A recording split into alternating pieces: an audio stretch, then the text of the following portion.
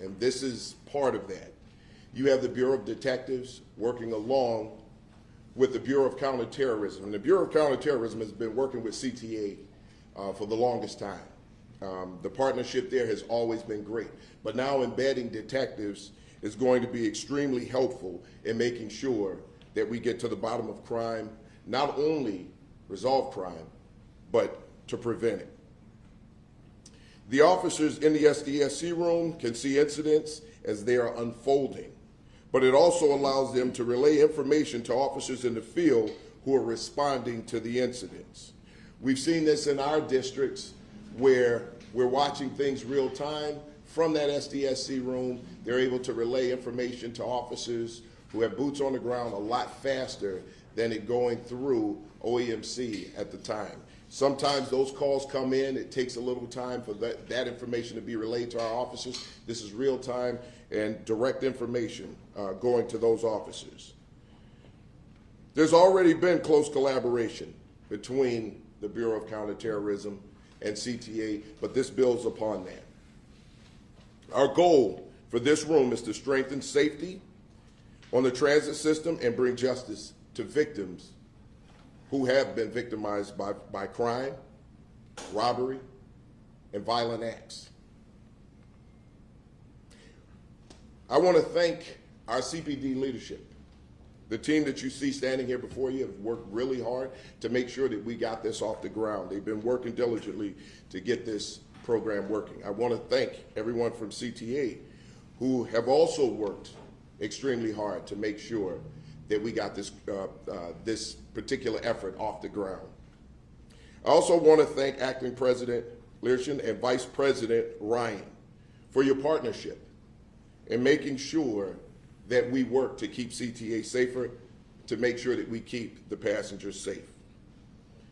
I now would like to introduce Acting CTA President Nora Learson to speak. Thank you. Thank you, Superintendent Snelling. The safety of CTA's riders and employees is our #1 concern. That's why we use a multi-pronged approach to support CPD's efforts every day, utilizing measures that are both visible and invisible to the users of our system. The expansion of the Strategic Decision Support Center and realignment of CPD's resources dedicated to this space is a reflection of our ongoing and deepening partnership between our two agencies.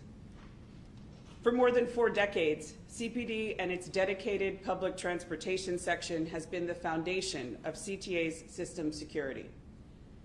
Together, we have shared an unwavering commitment to working together and evolving and adapting to the needs of those we serve. We are always strategizing about the targeting of our resources, impactful deployment strategies, and the use of new and emerging technologies and other ideas to boost crime deterrence. CPD's officers and CTA work closely to carry out a number of collaborative efforts to address system safety. A few examples: the safety outreach missions performed by CPD officers on CTA, anti-smoking missions supported by customer feedback on CTA's chatbot, a virtual customer assistant on our website, code of conduct enforcement missions on our Blue Line, bus safety missions, and enhanced overnight deployments on the Red Line between Cermak Chinatown and 95th every night.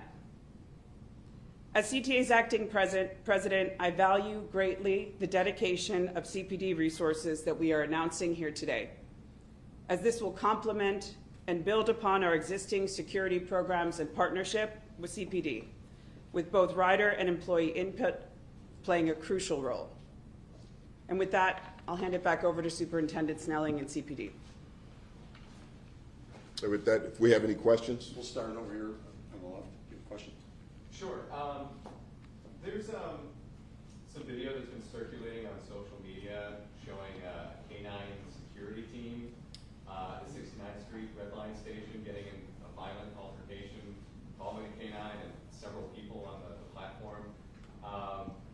Do you have any comment on that situation? What happened? Who those security guards were? Were they private security guards? And just generally, what the role of private security I'll let the CTA talk a little bit about the security that they have on the line. What I will say is this, is that that type of behavior will not be tolerated under any circumstances. And because of the SDSC room and the hard work that's done with the follow-up of our team here at CPD, 3 of those individuals are in custody right now. And we're going to continue to look for the rest. With that, I'll turn it over a little bit. Thank you. With regards to our security on our system, they are a complement to CPD and how they deploy on our system. Our guards are the eyes and ears of our system. They look out for incidents and they're proactive and communicate closely with CPD to amplify their efforts. As the superintendent said, we're looking closely at the details of this incident and are happy to report that certain individuals are already in custody. Charlie? The rooms like the one we're going to see shortly are great for solving crimes, but perhaps go to these additional teams and what can you do to prevent crime on the CPA? What can you do to have a presence there so that people who ride the CPA feel more secure? No, that's a great question, Wojo. Basically, what we do is we get intel or we follow patterns. And there have been times where we've seen patterns on the CTA. Certain individuals who are repeat offenders. And let me thank the state's attorney's office, Eileen O'Neill Burke, for making sure that we get these individuals charged when we absolutely need to get them charged to keep them off of these lines and keep them off of CTA. With that, we come up with plans for prevention. And this is why we have the robbery team embedded. The robbery team has done an excellent job across the city of bringing robberies down by over 30%. But we need to focus a little more on CTA. And with their expertise, that's going to help us do that. How do you feel about? I just have a follow-up. Do you use facial recognition or AI in any of this technology to spot some of the bad actors? Well, here, because CTA has been working on a few things themselves, so I'll let Nora talk a little bit about that. Sure, we've had in place since last year a program with Zero Eyes that detects guns on our system and the images of them. We've seen good results. We're at over 250 cameras across 26 stations. We've seen some arrests from weapons that have been identified through that system. We're excited about what we're seeing. We're looking to expand it and see what else we can accomplish with that technology. Yeah, I was actually going to look for an update on Zero Eyes and see if you've seen it be successful and wanted to continue with that. But since you touched on that a little bit, with the AI and working with counterterrorism, Zero Eyes is designed to identify weapons. Will there be any AI used in identifying individuals, like facial recognition or things like that? That's not currently under the plan. This is focused solely on identifying weapons on the system. Well, I mean, with Zero Eyes, yes, but in collaboration with CPD and counterterrorism and moving forward, there's not going to be use of AI for facial recognition. Right now, that's not something that we have in the works right now. Right now, our cameras are great. We're able to identify people based on those cameras. Until we get a little deeper into that, right now it's not a part of the plan. Superintendent Sonic, good morning. Good morning.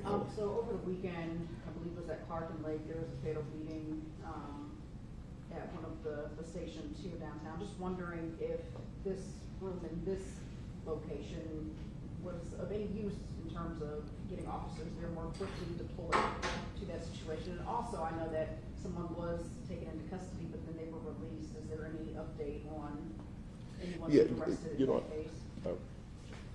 Chief for City. Good morning, Antoinette City Chief of Detectives. Thank you for your question. So to answer your first question, yes, I think what we're talking about with this room is supporting our officers in getting out to locations in a quicker fashion. And as you can tell from your question, we were able to take an individual into custody. Our detectives worked very hard on that case. They worked closely with the state's attorney's office and were unable to move forward with charges due to some elements of self-defense that were involved in that. And we talk often when we speak about our clearance rates. There's often a lot of questions for the difference between by arrest versus some of those exceptional circumstances, and that would be an example of an exceptional circumstance. Final question. How would you feel about having permanent officers at the CTA train stations. Is that a option to consider to prevent incidents like the one he mentioned and these two incidents that were mentioned today? Well, here, and I'll let the president talk a little bit about that. Here's what I will tell you, is that the CTA is a very large location to try to have officers at every single spot. That's really hard to do. Would it be great if we could have officers at every stop on every train? That would be an excellent idea. But we know that that's not necessarily the reality. So what we have to do is the best that we can to make sure that we're utilizing all of the technology we can use, all of our manpower, and the skill set that you see standing here behind me to ensure that everyone is safe, that we can prevent crime, and when crime happens, we get to the bottom of it and find justice for those who have been attacked. So. Yeah, and I'd add that the most impactful aspect to security on CTA is smart, strategic, targeted deployment. We know a ton about what happens on our system. We know the patterns of behavior. We know where incidents happen based on technology, customer feedback, employee feedback. And the partnership you're hearing about today is about deploying those resources in a targeted way, and that's where we see the most benefit to our riders. Thank you very much. Just real quick, the partnership here and this SDSC room being launched is just the way that we will be moving forward with everything that we do. It's important to make sure that everyone who are riding our transit system are safe. And CTA and CPD are working in lockstep, arm in arm, to make sure that that happens. So just want to make that message clear, that we're not going to tolerate violence anywhere in this city, and we want to make sure that people who are using public transportation are safe while they're doing it. Thank you. Thank you, guys.